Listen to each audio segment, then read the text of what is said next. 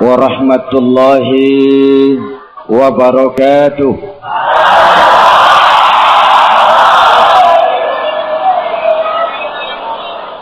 Sudah sejak lama kita rakyat melihat wajah hukum di negeri kita ini masih compang-camping. Maling ayam, maling jemuran, maling radio, nasibnya selalu lebih menyedihkan dari koruptor-koruptor miliaran dan maling-maling uang rakyat itu.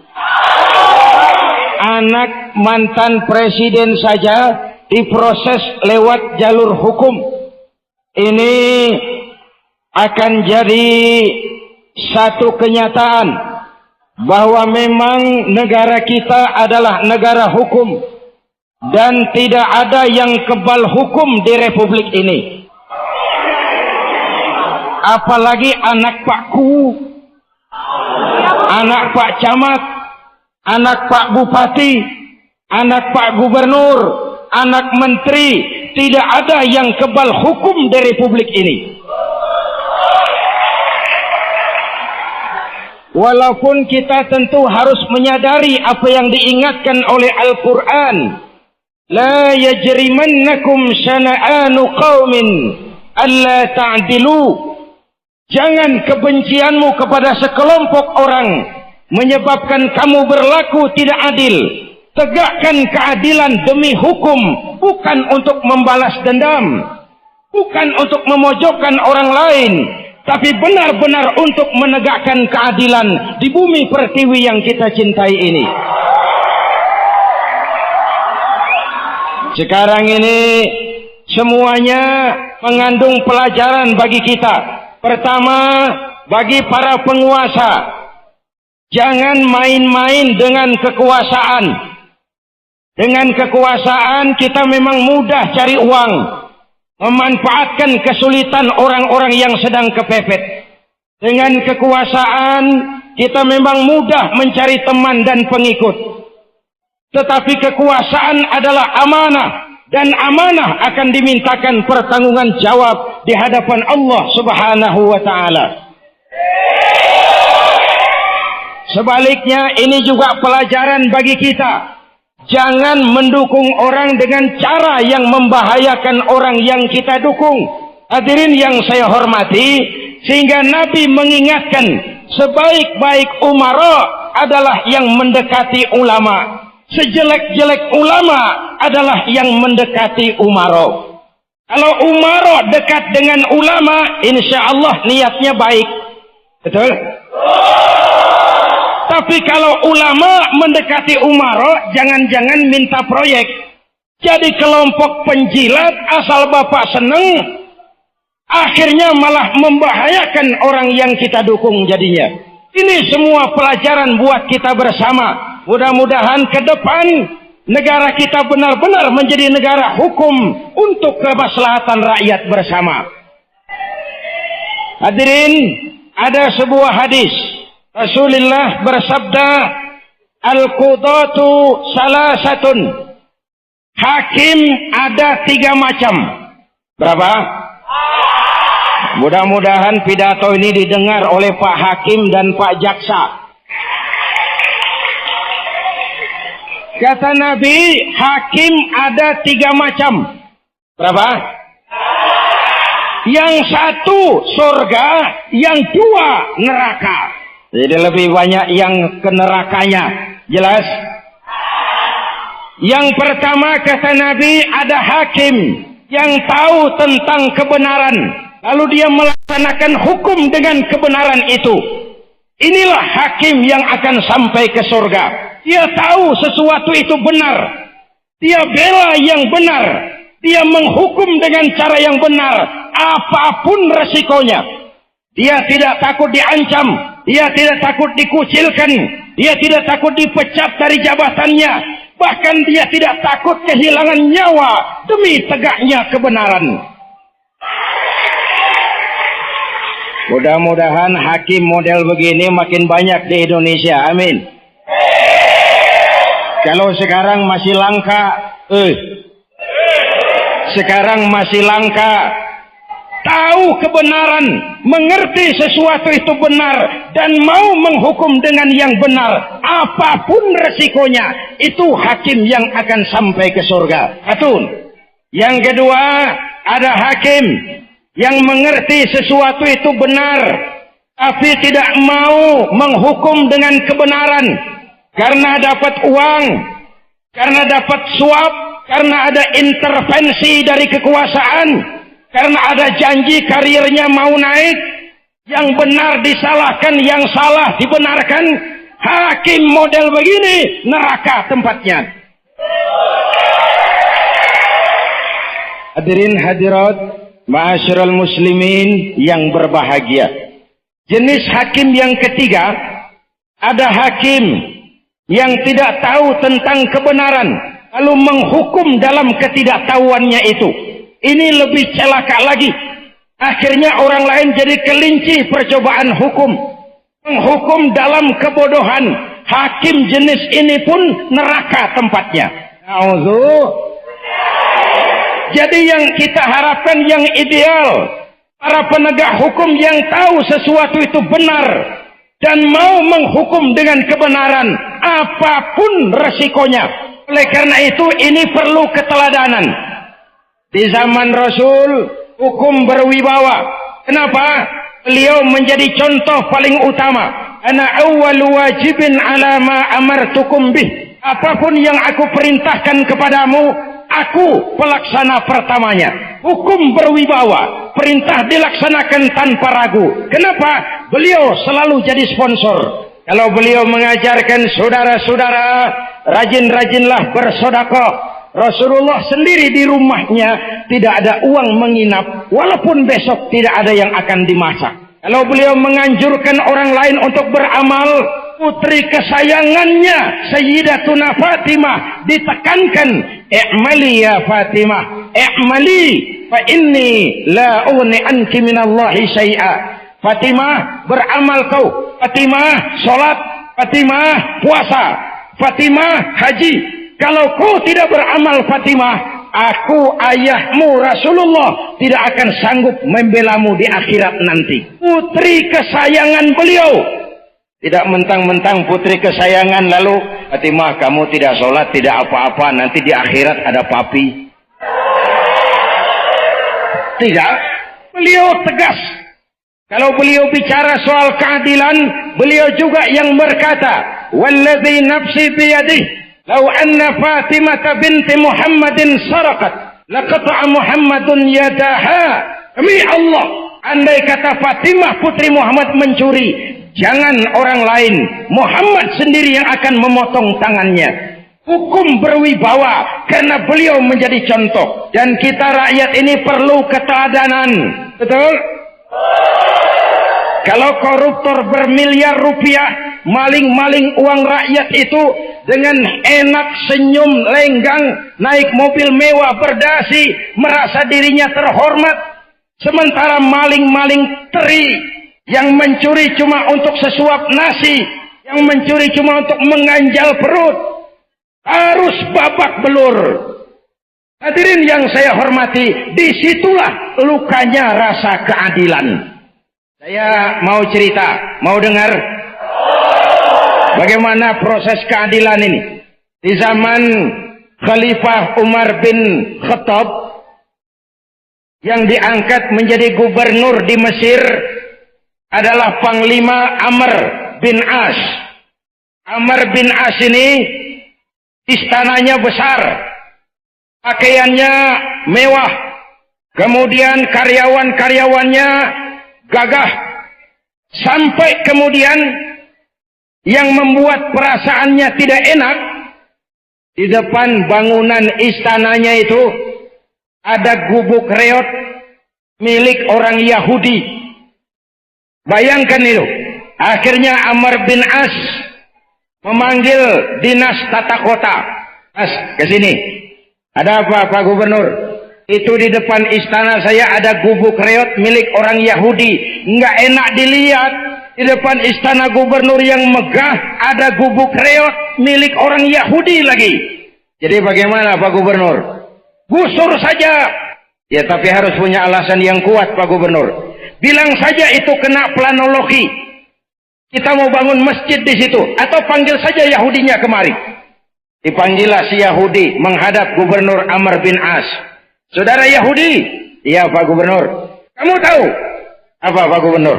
Rumah gubuk kamu itu kena jalur hijau. Oh saya tidak ngerti Pak Gubernur. Saya kan rakyat kecil.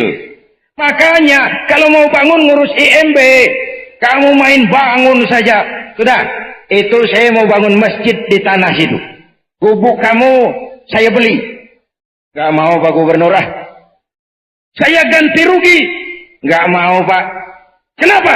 Oh namanya ganti rugi Pak. Biar digantikan saya tetap rugi. Sudahlah saya bayar 2 kali lipat. Gak mau Pak. 3 kali lipat. Gak mau Pak. Mangkel Gubernur. Akhirnya panggil Kamtib. Tarik itu rumahnya. Diterek rumahnya. Ambruk. Yahudi itu berlinang air mata. Begini rasanya jadi rakyat kecil. Sudah jatuh selalu terpuruk. Tapi pikir-pikir Amr bin As kan cuma gubernur. Di atasnya masih ada khalifah. Saya mau lapor saja kepada atasannya. Di Madinah. Berangkatlah Yahudi ini ke Madinah. Untuk mencari keadilan. Berhari-hari dia tempuh perjalanan dari Mesir ke Madinah. Menyeberangi lautan. Menyeberangi gurun pasir. Sambil di hatinya berpikir, kalau nanti saya sampai ke Madinah, apa pengaduan saya bisa diterima oleh Khalifah Umar bin Khattab? Saya Yahudi, non-Muslim, rakyat kecil. Apa saya akan diterima dengan baik? Apa perkara saya mau didengarkan? Sambil jalan, sambil mikir. Berhari-hari, akhirnya sampai ke Madinah. Cari-cari tempat kediaman Khalifah. Akhirnya dekat-dekat zuhur, dia sampai di depan masjid. Dia lihat dekat masjid di bawah pohon kurma ada orang sedang tidur. Selamat siang Pak. Siang. Saya mau numpang tanya Pak. Tanya apa? Bapak tahu apa? Iya saya mau numpang tanya Pak. Boleh? Tanya apa? Bapak tahu nggak Khalifah Umar bin Khattab? Oh saya tahu. Istananya di mana Pak? Istananya di atas lumpur. Di atas lumpur. Di atas lumpur. Pakaian kebesarannya apa Pak? Wol, sutra? Bukan. Pakaian kebesarannya malu dan takwa. Banyak pejabat sekarang pakaiannya mahal-mahal tapi tidak punya malu. Pakaian kebesarannya malu dan takwa. Ngawalnya banyak Pak. Banyak. Pengawalnya apa Pak? Tentara, polisi? Bukan. Pengawalnya yatim, orang-orang jompo, kelompok mustad'afin, orang-orang yang tidak berdaya, orang-orang yang tidak mampu. Itu pengawalnya. Oh begitu Pak. Begitulah Umar bin Khattab. Orangnya sekarang di mana Pak? Di depan kamu. Jadi Bapak, iya. Bapak, iya. Saya Umar yang kamu cari. Ada perlu apa? Lapor Pak. Lapor apa? Saya Yahudi Pak. Terus saya tinggal di Mesir. Lalu gubuk saya digusur oleh gubernur Bapak Amr bin As. Kenapa? Katanya dia mau bangun masjid di situ Pak. Saya tidak mau, saya menolak. Gubuk saya digusur, ditarik, ambrol Pak. Saya ini kelompok makmur, cuma punya rumah sama sumur. Harta saya cuma itu-itunya Pak. Saya menuntut keadilan. Saya dizolimi oleh gubernur Bapak. Mentang-mentang berkuasa, main tarik saja. Mentang-mentang berkuasa, main gusur saja. Saya menuntut keadilan. Oh, begitu. Iya. Baik, saudara Yahudi. Iya Pak. Kamu lihat tempat sampah itu. Iya Pak. Di situ banyak tulang unta. Iya Pak. Coba kamu ambil 1 tulang ke sini. Tulang. Tulang. Pak, saya datang mau mencari keadilan, bukan cari tulang. Kalau tulang di kampung saya juga banyak. Sudahlah, kau ambil saja tulang itu. Diambil tulang unta, diberikan kepada Khalifah Umar bin Khattab. Diambil tulang ini, digaris dengan ujung pedang. Lurus. Saudara Yahudi? Ya Pak. Kembali kau ke Mesir. Berikan tulang ini kepada Gubernur Amr bin As. Makin bingung Yahudi. Jauh-jauh dari Mesir ke Madinah mau cari keadilan, cuma dapat tulang. Bagaimana Pak Khalifah? Sudahlah, kau kembali saja. Berikan ini kepada Amr bin As. Berangkatlah Yahudi ini kembali ke Mesir. Di hatinya, sia-sia perjalanan saya. Berhari, berminggu menempuh gurun pasir, mengarungi lautan, cuma dapat tulang. Tapi terus dia berangkat. Sampai di Mesir, dia menghadap Gubernur Amr bin As. Gubernur? Ya. Lapor Pak. Apa? Saya dari pusat. Dari pusat? Iya. Ke Madinah maksud kamu? Madinah. Kamu ketemu Khalifah? Iya. Kamu mengadukan persoalan kamu, gubuk kamu saya gusur. Iya Pak. Terus apa kata Khalifah? Ini Pak, tulang. Disuruh kasih Bapak. Amr menerima tulang itu, ada garis lurus di atas tulang, gemetar sekujur badannya. Keringat bercucuran. Kepala dinas tata kota dipanggil. Kamtib dipanggil. Hei, kumpul. Itu gubuk Yahudi, dirikan lagi. Saya tidak jadi bangun masjid di situ. Kok tidak jadi Pak? Tidak jadi. Lalu gubuk Yahudi dirikan lagi, kembalikan haknya. Yahudi makin bingung. Ada gubernur dapat tulang, panik. Apa yang terjadi Pak Gubernur? Apa-apa. Kamu sedikit-sedikit main pusat. Ngomong dulu di sini.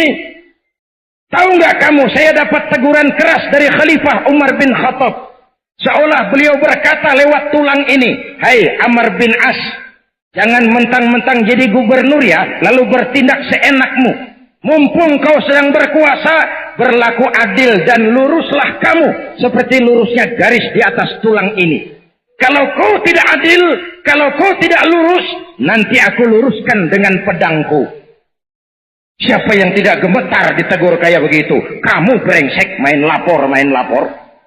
Hadirin hadirat yang saya cintai, saya kembali bagaimana bingungnya Yahudi ini. Tuan Gubernur, ya, itu arti tulang yang dikirimkan oleh Khalifah tadi. Betul. Kalau begitu Islam benar-benar adil ya. Adil. Perkara saya dimenangkan, kamu menang.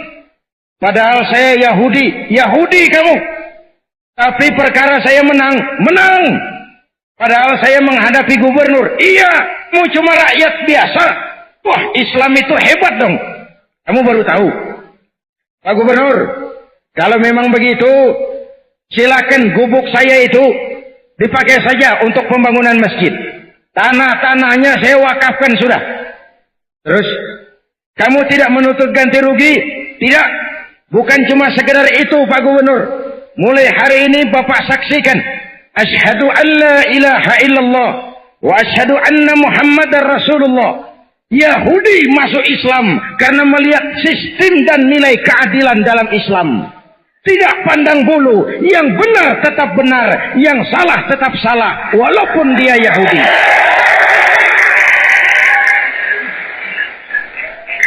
Oleh karena itu, saya ingin mengajak kepada seluruh kita, mari terus berjuang menegakkan keadilan. Amin. Kepada siapa kita harus berlaku adil? Islam mengajarkan. Pertama, kita harus adil kepada Allah. Bagaimana adil kepada Allah? Pertama, jangan menyekutukan Allah dengan sesuatu pun. Allah itu Esa, lam yalid wa lam yulad, laisa kamislihi syai'un, dan itulah Allah Subhanahu wa taala. Yang kedua, adil kepada Allah itu hanya menyembah kepadanya saja. Jangan menghamba kepada yang selain Allah. Kadang kita ini ketika miskin, Abdullah, hamba Allah. Setelah jadi orang berkedudukan, hamba pangkat. Waktu susah, hamba Allah. Setelah kaya, hamba harta. Waktu masih awam, hamba Allah. Setelah punya ilmu, jadi hamba teknologi.